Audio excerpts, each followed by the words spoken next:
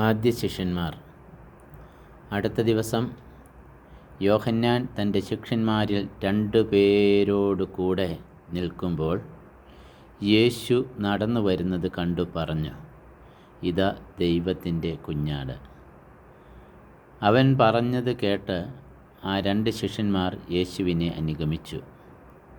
യേശു തിരിഞ്ഞ് അവർ തൻ്റെ പിന്നാലെ വരുന്നത് കണ്ട് ചോദിച്ചു, നിങ്ങൾ എന്തന്വേഷിക്കുന്നു? അവർ ചോദിച്ചു, റബ്ബി, ഗുരു എന്നാണ് ഇതിനർത്ഥം. അങ്ങ് എവിടെയാണ് വസിക്കുന്നത്? അവൻ പറഞ്ഞു, വന്ന് കാണുക. അവർ ചെന്ന് അവൻ വസിക്കുന്നിടം കാണുകയും അന്ന് അവനോട് കൂടെ താമസിക്കുകയും ചെയ്തു. അപ്പോൾ ഏകദേശം 10-ാം മണിക്കൂറായിരുന്നു.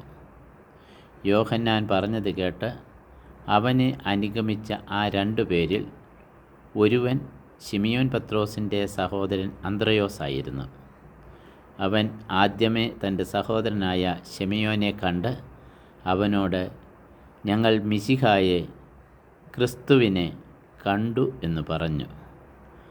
അവനെ യേശുവിൻ്റെ അടുത്ത് കൊണ്ടുവന്നു. യേശു അവനെ നോക്കി പറഞ്ഞു, നീ യോഹന്നാൻ്റെ പുത്രനായ ശിമിയോനാണ്. കേപ്പ, പാറ എന്ന് നീ വിളിക്കപ്പെടും.